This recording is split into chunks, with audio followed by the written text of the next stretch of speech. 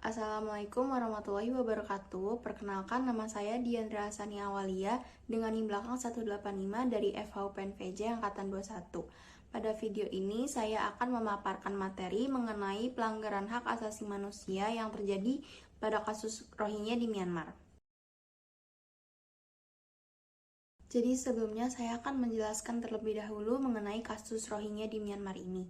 Jadi etnis Rohingya ini merupakan masyarakat yang tinggal di daerah Arakan wilayah negara bagian Myanmar.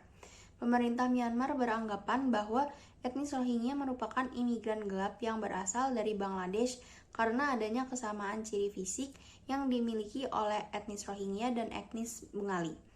Hal ini menyebabkan pemerintah tidak mengakui dan mencabut status kewarganegaraan etnis Rohingya di Myanmar.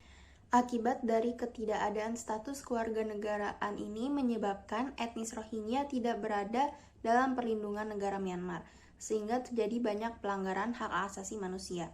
Dampak terjadinya pelanggaran HAM ini berupa penyiksaan, pembunuhan, dan dilakukannya operasi-operasi militer pemerintah Myanmar. Selain itu, mereka juga tidak bisa mendapatkan pekerjaan dan bahkan untuk mendapatkan pengobatan saja harus mendapatkan dokumen khusus sebagai pengantar ke rumah sakit.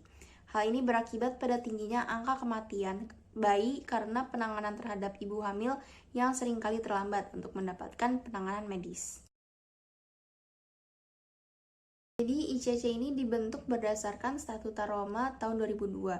Pasal 5 ayat 1 Statuta Roma 2002 menegaskan bahwa yurisdiksi tindak pidana yang menjadi kewenangan ICC adalah genosida, kejahatan terhadap kemanusiaan, kejahatan perang, dan agresi. Pelaksanaan yurisdiksi ICC menurut pasal 17 ayat 1 huruf A Statuta Roma 2002 menjelaskan bahwa sesuai ketentuan tersebut ICC menyatakan perkara tertentu tidak dapat diterima, salah satunya jika perkara tersebut sedang diinvestigasi atau dituntut oleh negara yang memiliki yurisdiksi untuk menanganinya, kecuali negara tersebut memang tidak berikinan atau tidak mampu untuk melakukan investigasi atau penuntutan. Kepala Delegasi ICC Paksio Mococoko mengatakan para penyelidik ICC telah berbicara dengan berbagai kelompok mengenai penyelidikan yang menyeluruh.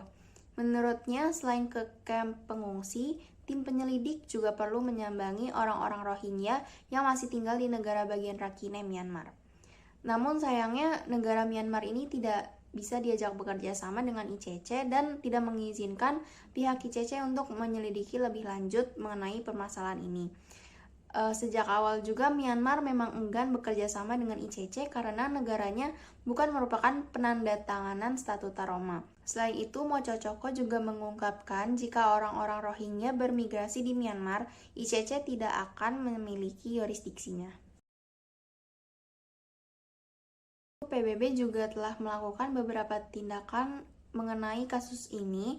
Jadi PBB itu telah melakukan sidang majelis umum yang mana PBB telah menyetujui kesepakatan resolusi untuk pelanggaran hak asasi manusia atau HAM terhadap Muslim Rohingya di Myanmar.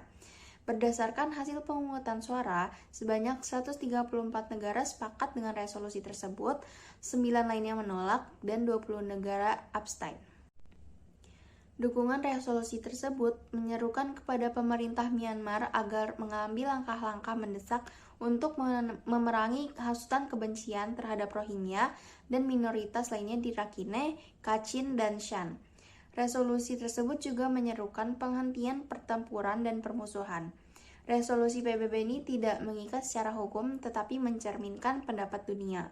Resolusi tersebut juga mendesak pemerintah Myanmar untuk mempercepat upaya untuk menghilangkan diskriminasi terhadap Rohingya dan etnis minoritas lainnya, terutama dalam mendapatkan kewarganegaraan. PBB juga menyerukan kepada pemerintah Myanmar agar dapat mengembalikan para pengungsi Rohingya secara bermartabat ke tempat asal mereka.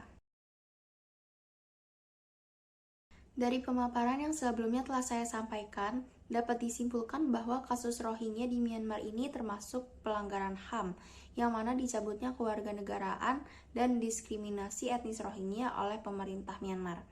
Dalam kasus ini, ICC telah melakukan penyelidikan, tetapi dari pihak negara Myanmar sendiri telah menolak ICC melakukan pengusutan permasalahan ini lebih dalam. PBB juga telah memberikan resolusi mengenai masalah ini, yang mana resolusi ini telah didukung oleh 134 negara lainnya.